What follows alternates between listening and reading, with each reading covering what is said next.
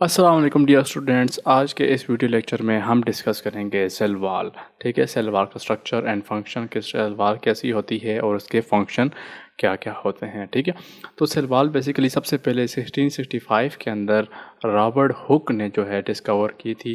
कि Robert Hooke जो था उसने 1685 के अंदर सबसे पहले जो था वो सेल वॉल को डिस्कवर किया था। और सेल वॉल की डिस्कवरी जो थी वो प्रोटोप्लाज्म से पहले हुई थी। ठीक है, प्रोटोप्लाज्म से पहले जो थी सेल वॉल की डिस्कवरी हुई थी। ठीक है, अब जो सेल वॉल है वो जो है प्रोटोप्लाज्म जो है वो सिक्रीट करता है। ठीक है, जो प्रोटोप्लाज्म है वो सेल वॉल को सिक्रीट करता है। ठीक है, थिकनेस की बात करते हैं सेल वॉल की, तो ये वेरी करती है cell to cell and plant to plants. ठीक है, कि डिफरेंट प्लांट के अंदर डिफरेंट होगी और एक ही प्लांट के अंदर डिफरेंट सेल में डिफरेंट होगी। ठीक है, तो थिकनेस जो है इसकी वेरी करती है।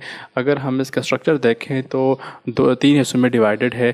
एक है प्राइमरी वॉल, ठीक है, दरमियान में मिडल लेमेला आ जाती है, और बाद में है सेकेंडरी वॉल आ जाती है। प्राइमरी वॉल जो है वो आउटर मोस्ट रीजन में मौजूद होती है और उसका डायमीटर जो है वो ऑल अबाउट 1 to 3 माइक्रोमीटर होता है। ठीक, कितना? 1 से 3 माइक्रोमीटर होता है। मोर और लेस इलास्टिक होती है, यानी कि इलास्टिक भी होती है और सख्त भी होती है। ठीक है, एक्सटेंसिबल भी है, यानी कि अगर सेल के अंदर कोई फुलाव वगैरह आता है तो ये फूल भी सकती है। क्रिस्टलाइन मटेरियल की बनी होती है, ऑप्टिकली एक्टिव होती है। स्पेक्ट्रोफोटोमीटर जो है उसके अंदर अपनी डिटेक्शन जो है ये देगी। ठीक है, स्ट्रक्चर के हिसाब से ये सेलुलोज की बनी होती है, पेक्टिड कंपाउंड्स की बनी होती है, पॉलीसेकेराइड एंड हेमीसेलुलोज इसके अंदर मौजूद होते हैं सेल वॉल के अंदर। ठीक है, प्राइमरी सेल वॉल के अंदर। इसके बाद है मिडल लेमेला। मिडल लेमेला क्या है कि ये दो प्राइमरी सेल वॉल को आपस में जोड़ता है। जो मिडल लेमेला है ये दो प्राइमरी वॉल को, दो डिफरेंट सेल की प्राइमरी वॉल को आपस में जोड़ता है, और उसकी थिकनेस जो है वो 1 माइक्रोमीटर होती है। ठीक है, इसकी थिकनेस 1 माइक्रोमीटर होगी। इसके बाद है इनसाइड सेकेंडरी वॉल। ठीक है, जो कि प्राइमरी वॉल से इनसाइड की तरफ मौजूद होगी, उसको क्या कहेंगे? Secondary wall. ठीक है, और ये काफ़ी थिक होती है। इसका डायमीटर जो है 5 से 10 माइक्रोमीटर होता है। ठीक है, 5 से 10 माइक्रोमीटर होता है। ये भी मोर और लेस रिजिड होती है, क्रिस्टलाइन होती है प्राइमरी वॉल की तरह, और स्ट्रॉन्गली ऑप्टिकली एक्टिव होती है। ठीक है, स्ट्रॉन्गली ऑप्टिकली एक्टिव होती है। इसके अंदर जो है वो lignin material, cellulose, non cellulosic polysaccharides और हेमीसेलुलोज वगैरह, और साथ में मिनरल साल्ट की एडिशन होगी, जिस तरह कैल्शियम, मैग्नीशियम, पोटाशियम वगैरह भी इसके अंदर मौजूद होंगे सेकेंडरी वॉल के अंदर। ठीक है, अब हम इसका एक डायग्राम देते हैं। यहाँ से आप देख सकते हैं कि ये जो आपको ग्रीन कलर की नज़र आ रही है ये बेसिकली क्या है? प्राइमरी वॉल है। ठीक है, और ये जो आपको डार्क कलर की नज़र आ रही है मोटी सी, ये क्या है? सेकेंडरी वॉल है। और आप देख सकते हैं यहाँ पे 3 सेल शो किए गए हैं, उनके दरमियान में आपको ऑरेंज कलर की मिडल लेमेला नज़र आ रही है। ठीक है, यह भी सेल वॉल का ही हिस्सा होता है, और ये क्या करता है कि दो तीन सेल को आपस में जोड़कर रखती है। अब हम सेल वॉल का फंक्शन पढ़ते हैं।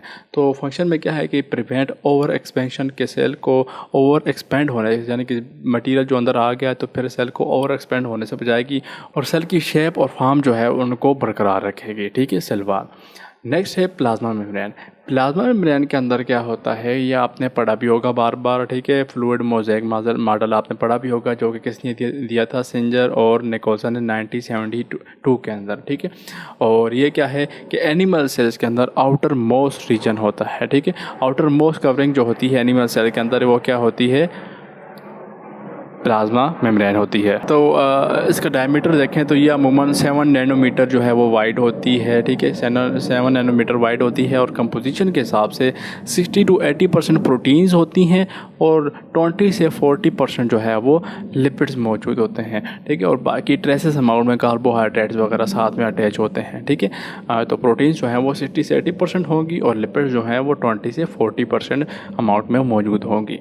ठीक है, ये आप यहाँ पे स्ट्रक्चर देख सकते हैं कि देखिए ये फास्फोलिपिड बाइलेयर है, ये जो आपको पिंक कलर के नज़र आ रहे हैं ये बेसिकली क्या है, ये फास्फोलिपिड बाइलेयर है। ठीक है, यहाँ पे इनके हेड आ गए और बीच में इनके टेल्स आ गए यहाँ पर। और यहाँ पे आप देख सकते हैं प्रोटीन मालिक्यूल जो हैं वो एम्बेडेड हैं। आपने फ्लूइड मोज़ेक मॉडल पढ़ा हुआ है तो आपको पता होगा कि किस तरह जो प्रोटीन मालिक्यूल्स हैं वो एम्बेडेड हैं। कुछ जो है वो इंट्रिंसिक है, यानी कि आर पार हो रही हैं प्रोटीन मालिक्यूल, और कुछ जो है एम्बेडेड हैं, जस्ट धसे हुए हैं, और उनको कहते हैं एक्सट्रिंसिक मालिक्यूल। ठीक है, एक्सट्रिंसिक प्रोटीन मालिक्यूल। और यहाँ पे ऊपर जो है कार्बोहाइड्रेट वगैरह शुगर की चेन जो है साथ में अटैच है। ठीक है, और ये जो आपको येलो कलर के नज़र आ रही है कुछ मालिक्यूल कोलेस्ट्रॉल के हैं जो कि रिजिडिटी देते हैं प्लाज्मा मेम्ब्रेन को। ठीक है, अब हम बढ़ते हैं रोल ऑफ प्रोटीन्स। ठीक है, जो प्रोटीन्स मौजूद होती हैं प्लाज्मा मेम्ब्रेन के अंदर उनका रोल क्या होता है। तो 3 किस्म की प्रोटीन होती हैं, एक इंट्रिंसिक प्रोटीन, दूसरी है एक्सट्रिंसिक प्रोटीन और तीसरी है ग्लाइकोप्रोटीन्स। ठीक है, तो सबसे पहले इंट्रिंसिक प्रोटीन वो होती हैं जो कि सेल मेम्ब्रेन के अंदर मुकम्मल आर पार हुई होती हैं। ठीक है, जबकि एक्सट्रिंसिक प्रोटीन जस्ट ऊपर ही ऊपर मौजूद होती हैं। और जब कार्बोहाइड्रेट लिपिड के साथ मौजूद होंगे तो इन्हें हम क्या कहेंगे, ग्लाइकोलिपिड्स कहेंगे। और जब कार्बोहाइड्रेट प्रोटीन के साथ अटैच होंगे तो उन्हें हम क्या कहेंगे, ग्लाइकोप्रोटीन्स कहेंगे। ठीक है, तो ये हमारे पास 3 डिफिनेशन आ गई, एक है इंट्रिंसिक प्रोटीन, दूसरी है एक्सट्रिंसिक प्रोटीन और साथ में ग्लाइकोप्रोटीन्स और ग्लाइकोलिपिड्स। ठीक है, अगर कार्बोहाइड्रेट लिपिड के साथ मौजूद होंगे तो उन्हें हम ग्लाइकोलिपिड कहेंगे, अगर कार्बोहाइड्रेट प्रोटीन के साथ अटैच होंगे तो उन्हें हम क्या कहेंगे, ग्लाइकोप्रोटीन कहेंगे।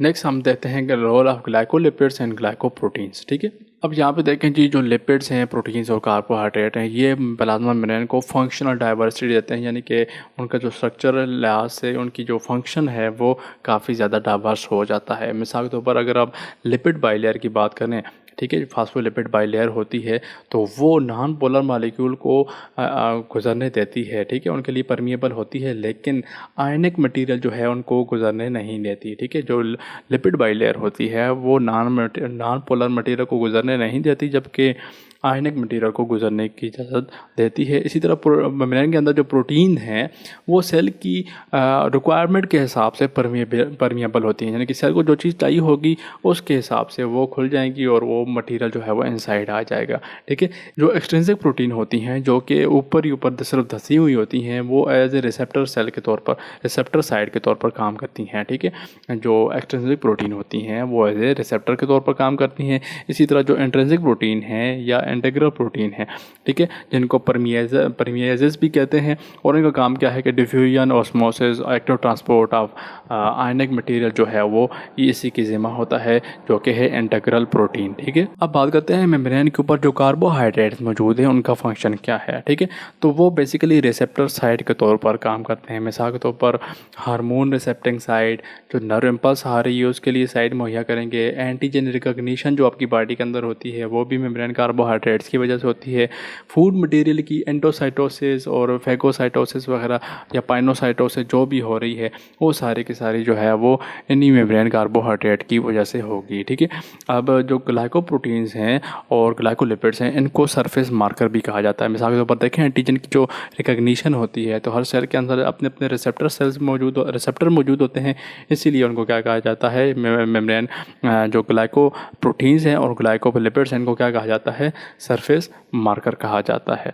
ठीक है, अब हम बात करते हैं रोल ऑफ प्लाज्मा मेम्ब्रेन की, कि प्लाज्मा मेम्ब्रेन का फंक्शन क्या है। ठीक है, तो पहला फंक्शन इसका जो सबसे अहम है वो है ऑब्टेन न्यूट्रिएंट्स। की न्यूट्रिएंट्स जो हैं उसको बाहर से लेगी, यानी कि पाइनोसाइटोसिस और एंडोसाइटोसिस का जो प्रोसेस होता है उसके ज़रिए न्यूट्रिएंट्स को इनटेक करेगी।